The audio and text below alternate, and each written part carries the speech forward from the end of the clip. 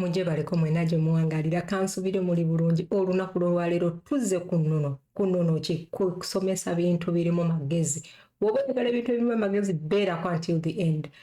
Olunaku lwolwaleero waliwo program gyengenda okubalagako bw'obanga togiwakinza until the end ekituufu kiri nti togenda kumanya eno gundi mwetuli kanyangwe tugende maaso. Anyway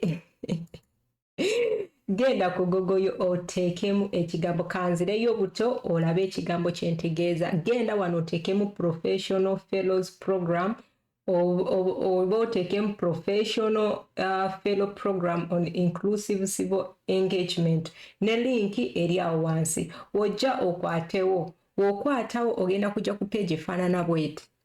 Eno page kansubire nti tugiraba bulungi ffenna. Kati olaba waneeno wenkulaga bakugamba apply now for the spring 2025 fellowship program. Register here for upcoming virtual or bichi program session in Kenya, Tanzania, Uganda or Ethiopia.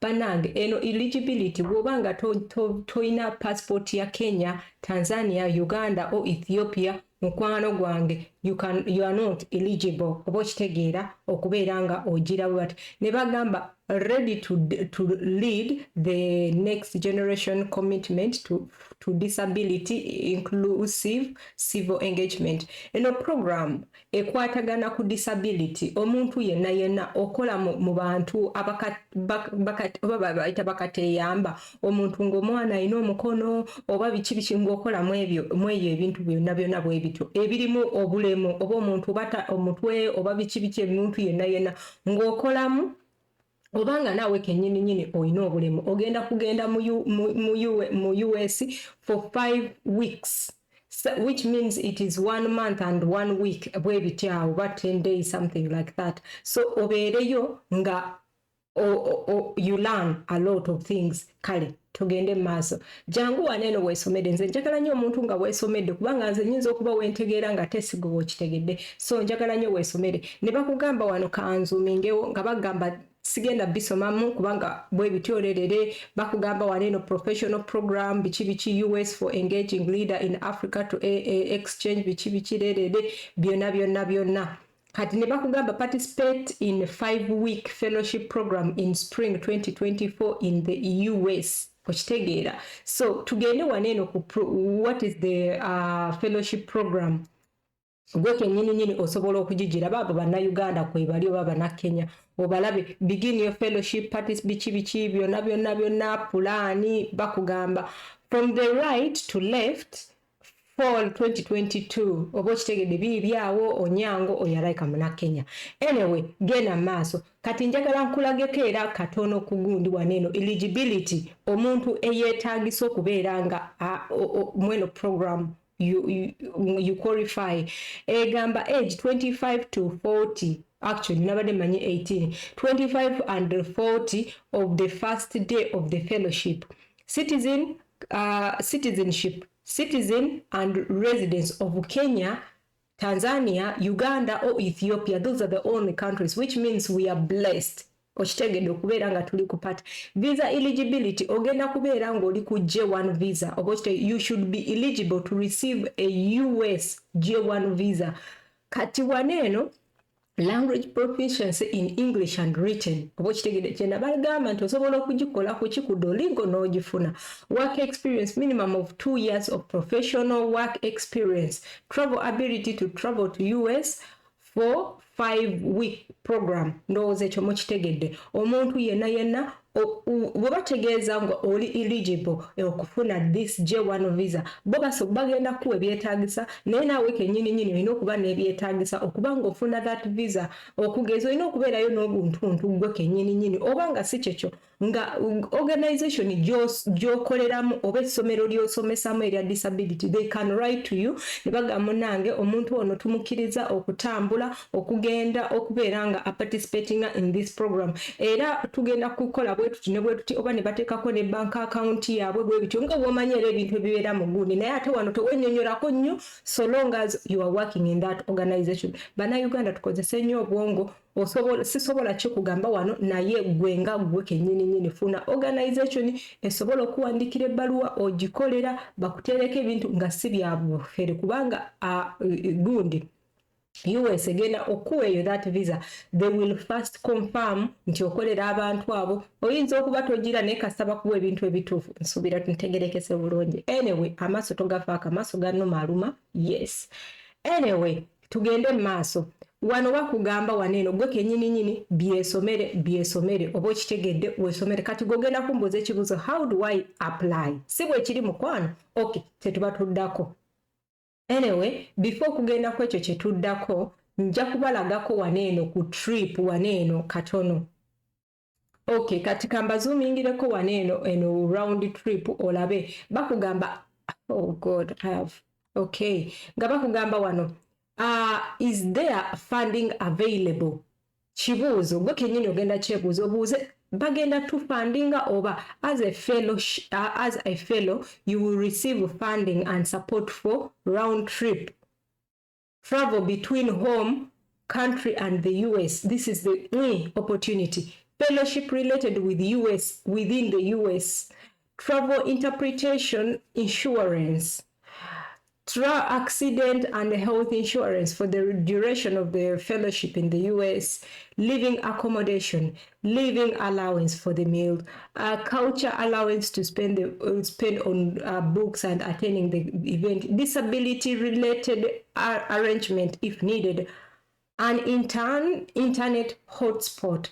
Banange, this is the best kyasobola okugamba omuntu yenna alina kyasobola okubeera ng'afuna because bino ebintu birungi to the extent nti olaba bwe baba nga bakwadde this kind of thing ng'oyiseemu manya accommodation these people are going to do it insurance tolina byogenda kugira nnyo wabula gwe kyolina okukakasa bano abantu nti they give you the moment they give you it is easy for you to get J1 visa mpoze nga munnange oliko ebyewamwe ate tezizoobira anyway bakugamba waneeno mbadde nzuminze nnyo okay yes ne bagamba apply here application are due by gundi bwetyo applying East African time on May 15th 2024 Ethiopia calendar Ethiopia manye Ethiopia chuduwala if you are unable to access the online application please email us wobanga tosobola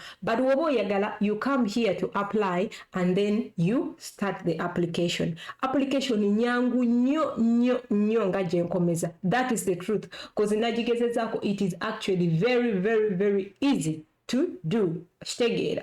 So kati buno obugambo kambugire waneeno ogenda busomamu waneeno ojja waneeno ogambe continue ogamba continue waneeno kagundi ka continue okategeera kaneeno ne bakugamba we must receive application by this n'ogamba continue wo continuinga ne bakugamba waneeno nti ne bakugamba kati nga gwe waneeno ku zino statement ogenda gamba yes I am all the statement is true yes kubanga oli citizen of Kenya oba Uganda and you are currently living in Uganda or Kenya. By the way, let me tell you this, if you are not living in Uganda toteekako nti unless maybe ngo olowooza ojja kuddayo Uganda but wogamba woba oli Dubai teekako kino but you know that you will stay in Uganda oba mukitegera kyembagamba bagamba wano I'm currently living and working in Kenya or Uganda so which means you have to be working in Uganda you are not supposed to be working in outside the country simanyi ogenda kikola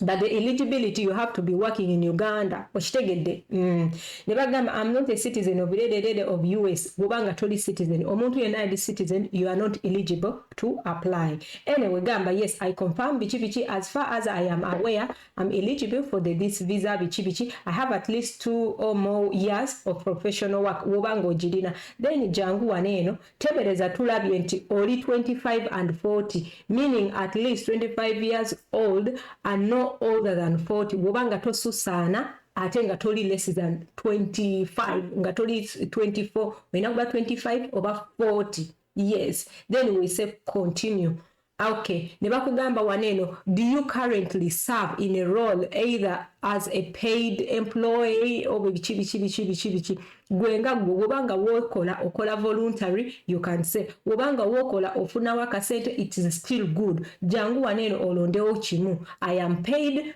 ogambe continue. Oba yes, I'm involved as a voluntary, then you continue. No, I'm not involved. Wobanga told involved, still you can still apply. If you are not involved but you really want to do it, you can still apply. Anyway, tugambe take away yo, then ngende maso.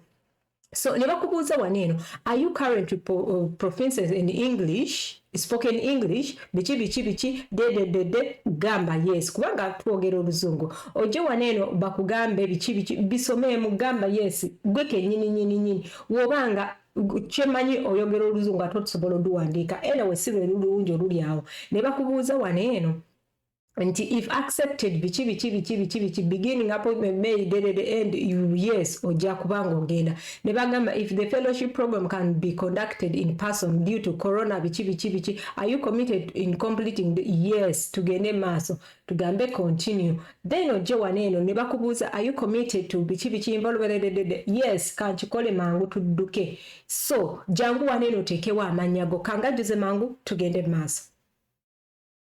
Okay, kati wano maze okujjuzaamu bineeno gano amannya gwe tutegateekawo kubanga sigago.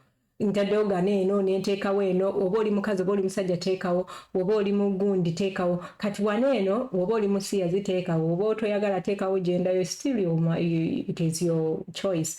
Then bakugamba wano eno disability status bichi wobanga oli mulema ngoteekawo nti ndi mulema. Yes, I have disability. If you really have disability, you can put I have disability. If you don't have, you put no. Naye waneeno njagala olabe wano middle name. Ebiseera ebisinga tetulina mannya gali middle name. Teekawo NA, not applicable. Oba kitegedde teekawo NA. Otherwise, if you don't do this, gundi tegenda kweyongerayo, ndowooza ekyo kitegedde. Ne waneeno kyonna osobola oteekawo NA, then ogamba continue. Oba kitegeera. So for continuing ndowooza olaba wano bagamba you have removed texted to unselected answer bichi bwe bityo. Kati tuteekewo kigundi kino.